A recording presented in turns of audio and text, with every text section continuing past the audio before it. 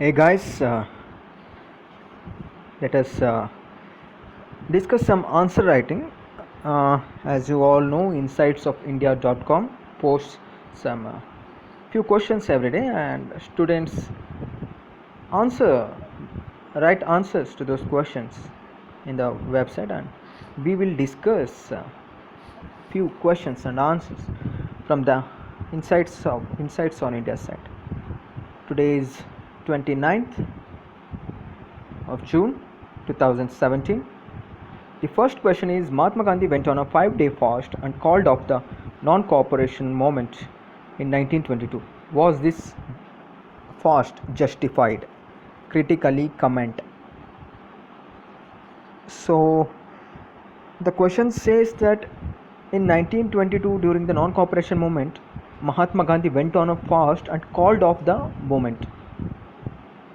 So, the question is asking whether the calling off of non-cooperation movement was this justified, and they're asking us to critically comment on this issue.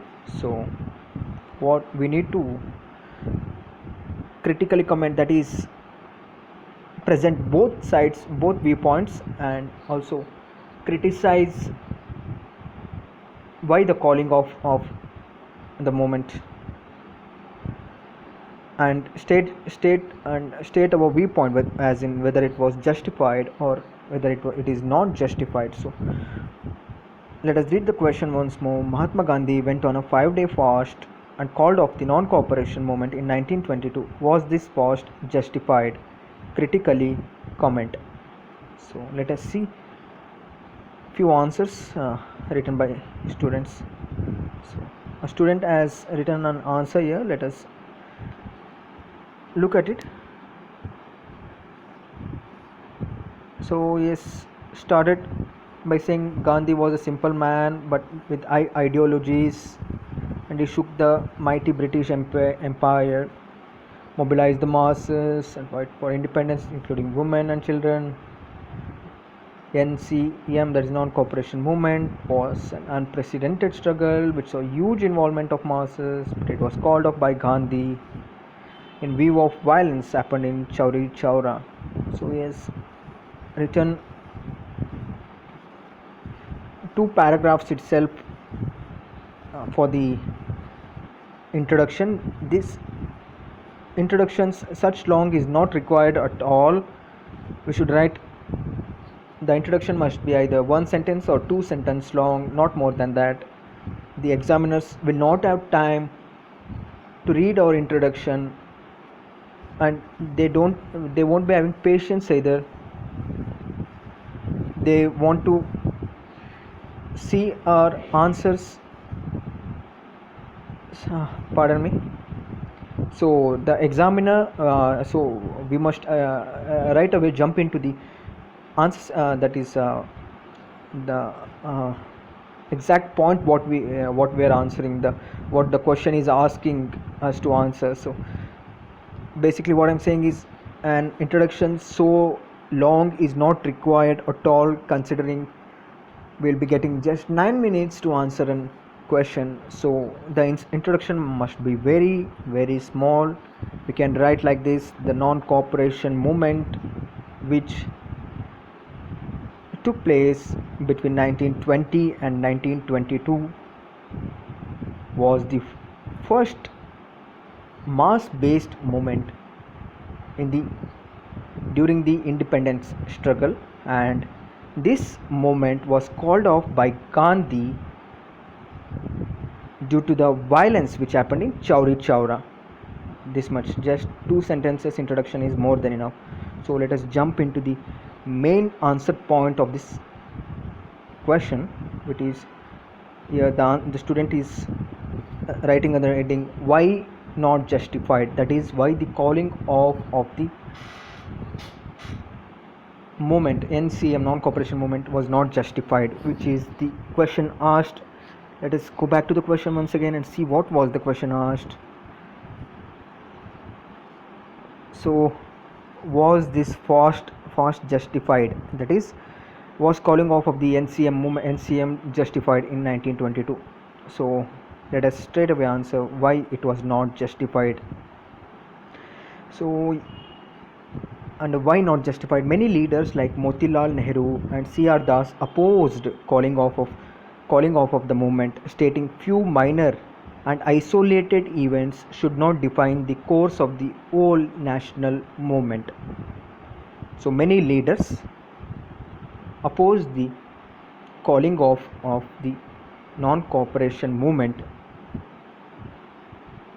as few minor and isolated events should not define the course of the whole national movement, where large number of masses of people are participating. Second point, the movement was linked to sentiments of the public which sacrificed a lot to come forward and fight. They were hurt with sudden calling off. So sudden calling off of NCM hurt several people, the masses of people who had come forward and sacrificed a lot to fight against the Britishers. So let us see why the calling off of NCM was justified. It is said that the revolution comes not by fighting a war but nurturing values and ideologies. So Gandhiji wanted to bring a revolution, and he believed that such a resolution cannot be brought by fighting a war, but he believed that a true revolution, can be brought by nurturing the values and ideologies like Satya, Ahimsa, that is non-violence, truth. So these were the values and ideologies of Gandhiji.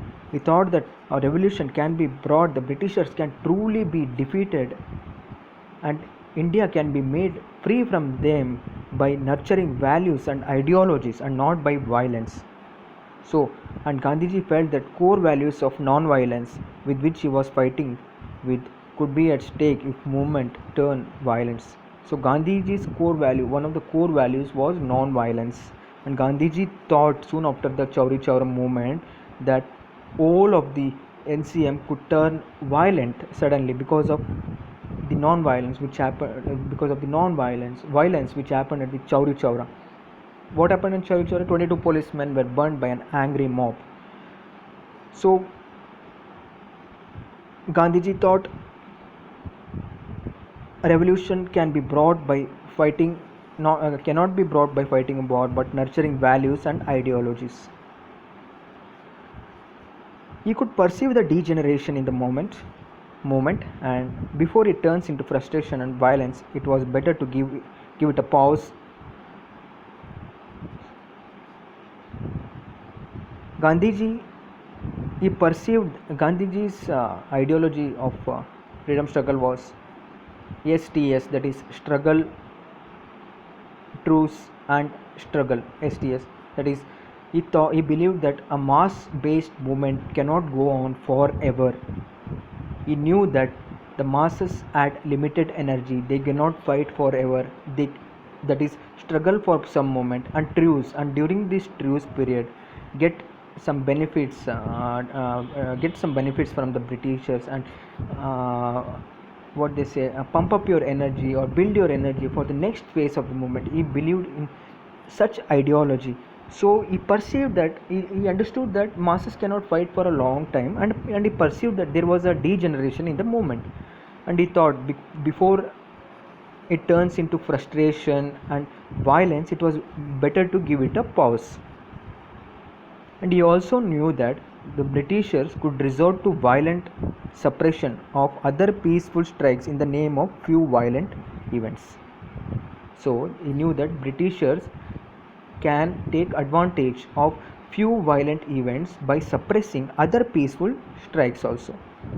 So Gandhiji knew the people are not matured enough, and he wanted to make them understand the importance of violence and non-violence and values. Gandhiji knew that the people, the masses, have not yet inculcated his core values of non-violence, and he wanted to make the people understand these values by calling off the non-cooperation movement due to the violence at Chauri Chaura.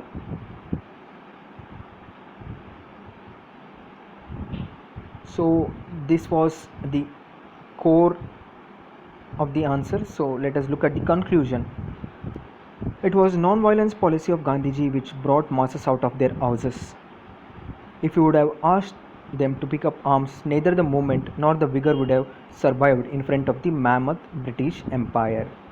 So, Gandhiji's policy of non-violence attracted the masses towards the freedom struggle. Many women, children, students, destitutes, physically handicapped people were drawn towards this movement due to Gandhiji's policy of non-violence. And because of this non-violence, when the masses were when the masses were protesting in a non-violent manner, British had very less incentive to target them or to eat them or to become violent towards the masses. So this policy of non-violence of Gandhiji drew many people towards the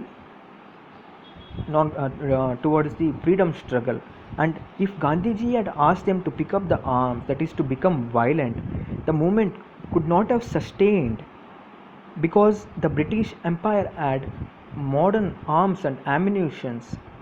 They could have easily suppressed such sort of violence.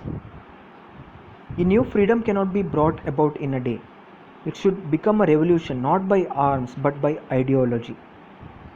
Gandhiji knew that freedom could not be brought in a day. Like this, there is a saying that Rome was not built in a day. It takes time. It takes time. Momentum has to be built. Values and ideologies must be inculcated in people step by step, stage by stage. It takes time. So, and he also knew that revolution should become a revolution not by arms but by ideology. He knew that it was not very easy to defeat the mighty British Empire by arms, but they can be defeated through ideology. So guys, let's meet in the next question.